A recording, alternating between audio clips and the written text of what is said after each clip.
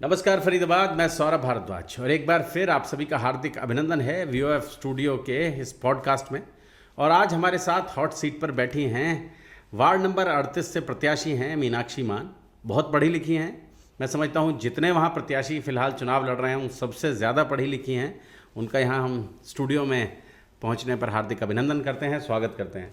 धन्यवाद सौरभ जी। मीनाक्षी जी, चुनाव लड़ा, पिछले 10-12 दिन बड़े जंग के रहे। हाँ जी, कैसा लगा? देखिए चैलेंजिंग है। हम इस चुनाव लड़ने के साथ साथ हमने पूरे वार्ड का सर्वे भी किया है और बहुत ख़राब हालत है हमारे वार्ड की। चाहे वो शहर हो चाहे गांव हो, मतलब चाहे अर्बन एरिया हो चाहे हमारे उसमें इंक्लूडेड गांव हो, सब में बेसिक मूलभूत समस्याएं हैं जो होनी नहीं चाहिए। इवन पंचायती राज में तो गाँव का सुधार होना चाहिए था, पर वो भी नहीं हुआ। गाँव में जाते हैं, नालियाँ चौक पड़ी हैं, रोड हैं ही नहीं, कहीं पे भी हैं तो बहुत टूटे फूटे हैं।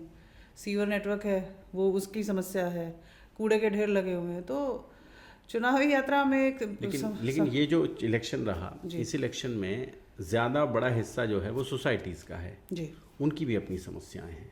हाँ जी, सोसाइटीज़ की देखिए, ये जो समस्या है पूरे वार्ड की है। ये सिर्फ सोसाइटी या मैं गांव की नहीं कहूँगी, अर्बन एरिया और जो रूरल एरिया है उसमें। लेकिन एक एडिशनल प्रॉब्लम है सोसाइटीज़ की कि वो बिल्डर से भी परेशान है। बिल्डर ने बहुत कमिटमेंट्स किए थे हम लोगों से, फिर उसके बाद वो आधा रास्ता आधी कमिटमेंट्स पूरी करके चला गया और हमारा ईडीसी आईडीसी का पैसा भी लेके बैठा हुआ है। अब जब हमें बहुत ज़्यादा परेशानी हो जाती है तो हम संडे टू संडे इकट्ठे होते हैं, फिर प्रोटेस्ट करते हैं। तो उससे कुछ सोल्यूशन निकलता नहीं, क्योंकि सरकारी दफ्तर तो सारे बंद होते हैं सैटरडे संडे को।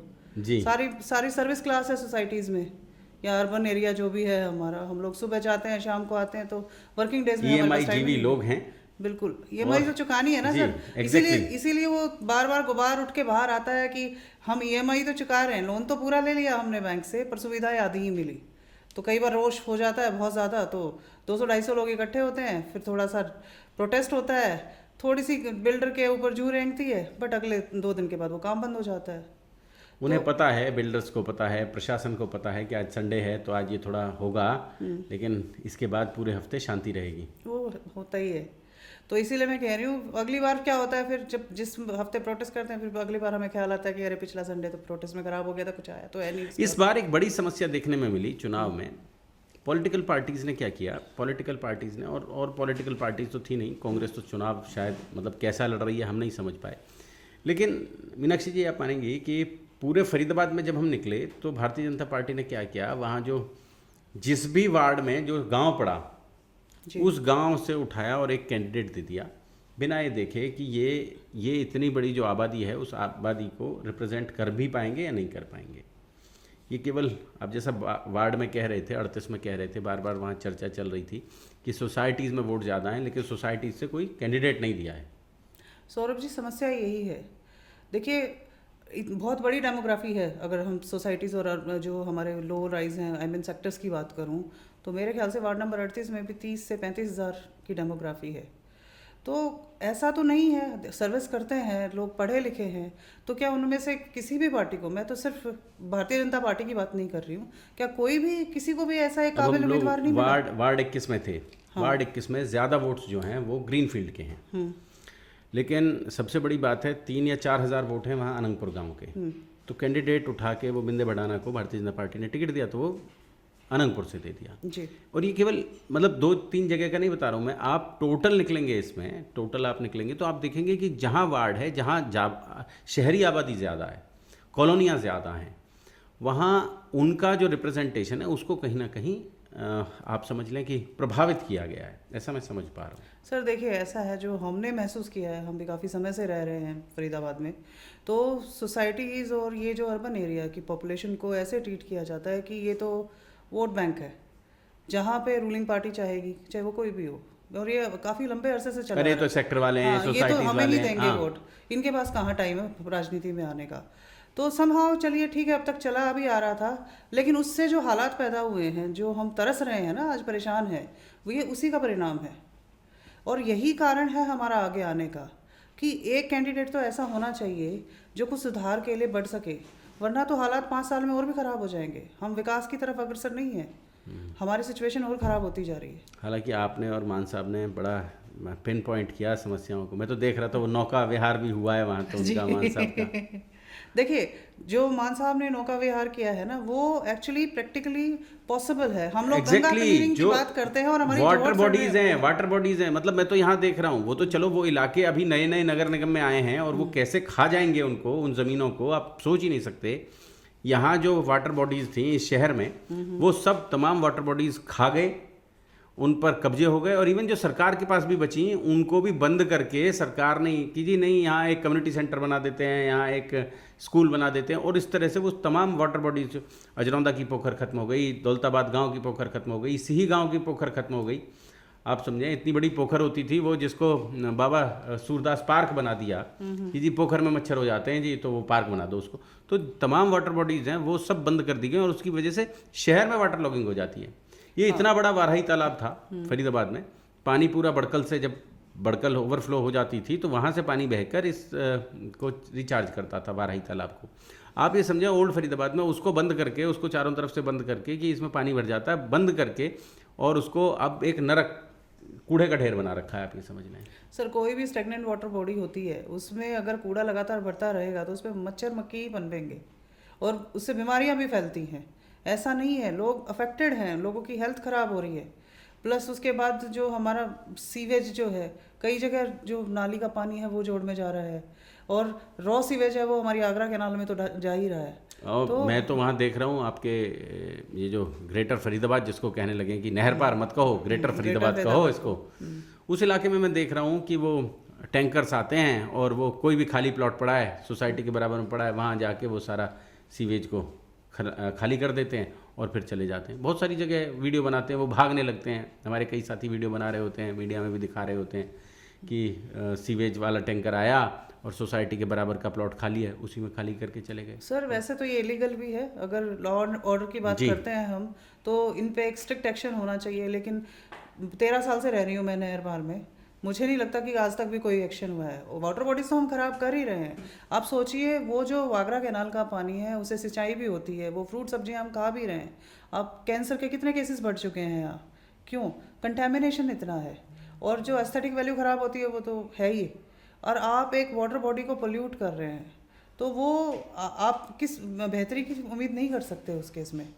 हमें क्लीनिंगनेस, जो एक बेसिक हाइजीन की रिक्वायरमेंट है ना, वो तो सबसे ज़्यादा इम्पोर्टेंट है। और अगर मैं पैरेलली गांव की भी बात करती हूँ, गांव में लोग इतने त्रस्त हैं। हम रिसेंटली फरीदपुर में जो गांव है उसमें गए थे, तो कह रहे थे कि कमान संभाल रखी है नहीं, मीनाक्षी मान ने जी। देखिए, ये तो तीर उनका कमान प्यार के साथ हैं, ये तो उनका प्यार है, बहुत सम्मान दिया है मुझे गांव ने भी। और जो इनफैक्ट मेरी उम्मीद से ज़्यादा है, वो जितना मैंने अपेक्षित था मेरा, उससे कम नहीं कहूँगी, उससे ज़्यादा ही मिला है मुझे।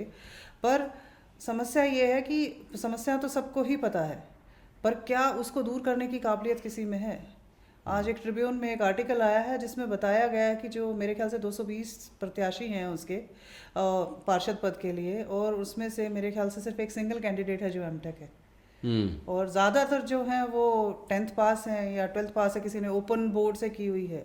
देखिए, शिक्षा तो एक बेसिक चीज़ होती है जो आपने अवेयरनेस लेके आते हैं। ये भी, ये जो आप बता रही हैं ना, बहुत सारी जगह तो ये जो कागज़ हैं ना 10वीं के 12वीं के, ये भी केवल इसलिए बने ताकि इलेक्शन लड़ा जा सके।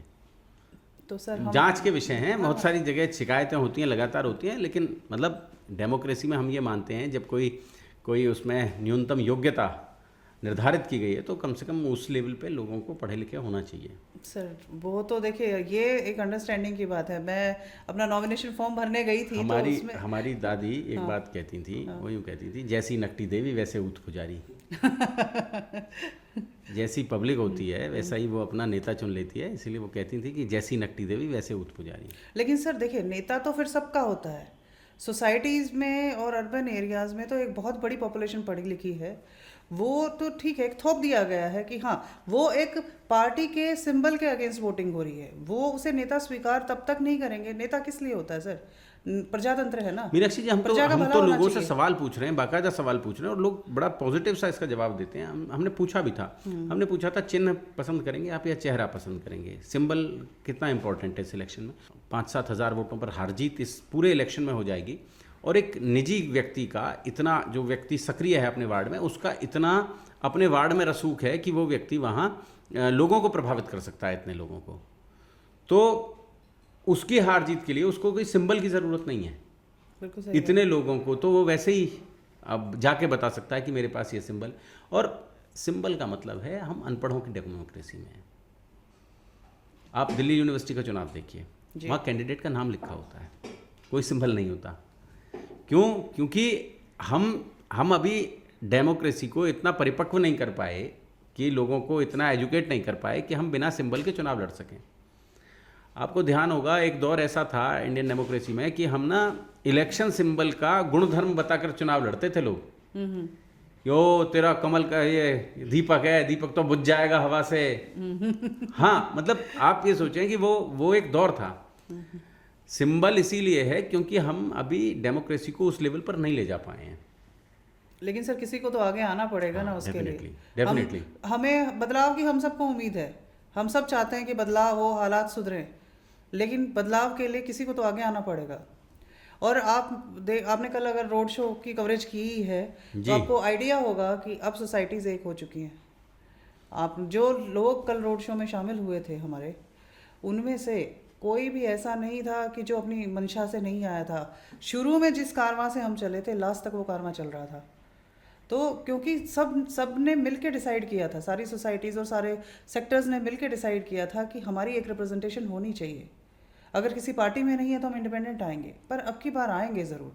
चुनाव मिलजुल के लड़ेंगे, क्योंकि अब वो समय चला गया कि हम अपने और किसी रूरल एरिया में रहने वाली मैं महिला के किसी के खिलाफ नहीं हूँ, लेकिन ये महिला वार्ड है। मीनाक्षी जी, जो आदमी अभी भी शहर में रह रहे हैं वो शायद हो सकता है एक पीढ़ी पहले गांव से आए हो, 2 पीढ़ी पहले गांव से आए हो। सर मैं भी गांव से ही हूँ। मैंने अपनी 8वीं की कक्षा जो है सरकारी स्कूल बामनोली से की है, उसका सर्टिफिकेट पे मेरे नाम लिखा हुआ है। 8वीं उस टाइम पे बोर्ड की होती थी, तो बोर्ड के एग्ज़ाम में मैंने दिया है।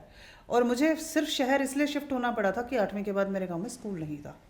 तो वो एक चीज़ है, लेकिन आपको सबसे पहले अपना उद्धार करना होता है, उसके बाद ही आप सोसाइटी का कर पाते हो। अगर आप खुद नहीं पढ़े लिखे हो, आपका खुद का डेवलपमेंट नहीं हुआ है, तो आप किसी की आवाज़ नहीं रख सकते हो। और उसके बाद ये महिला वार्ड है, गांव की महिला के किसी के मैं रहन सहन, किसी के विचारधारा के खिलाफ नहीं हूँ। मैं भी जब अपने गांव जाती हूँ, अपनी ससुराल जाती हूँ, तो वो सारे नियम फॉलो करती हूँ जो गांव में होने चाहिए। हमारी संस्कृति है। लेकिन बात यहाँ पे एक सिस्टम में आवाज़ उठाने की है, बात यहाँ पे प्रॉब्लम्स का सोल्यूशन और प्रॉब्लम्स को एड्रेस कराने की है। तो उसके लिए शिक्षा होना, तभी वो बार बार चर्चा होती है, बार बार कहा जाता है कि ये पार्षद पति हैं, ये पार्षद ससुर हैं जी। तो इस तरह के इंट्रोडक्शंस हैं ही। हाँ, वो है ही सर। तो लेकिन अब ये डेमोक्रेसी में ये व्यवस्था की गई, ये जो रिजर्वेशंस दिए गए, ये इसलिए दिए गए ताकि कम्युनिटी के जो लोग हैं, जिनको लगता है कि इन लोगों को प्रॉपर रिप्रेजेंटेशन नहीं मिल पा रहा है, उन लोगों को आगे लाया जाए, उनको बढ़ावा दिया जाए। लेकिन हम महसूस कर रहे हैं कि इसका कोई विशेष लाभ डेमोक्रेसी को नहीं हो रहा है। सर ये हमारी अभी मतलब नाम नहीं लूँगा मैं, लेकिन भारतीय जनता पार्टी में महिला मोर्चा है जी, और वो विमेंस विंग है। तो आप ये समझें कि वहाँ जो महिलाएं लगातार सालों से काम कर रही हैं, सेवा कर रही हैं, उनका मन था कि हम चुनाव लड़ें, हम इलेक्टोरल पॉलिटिक्स में भाग लें, हिस्सा लें।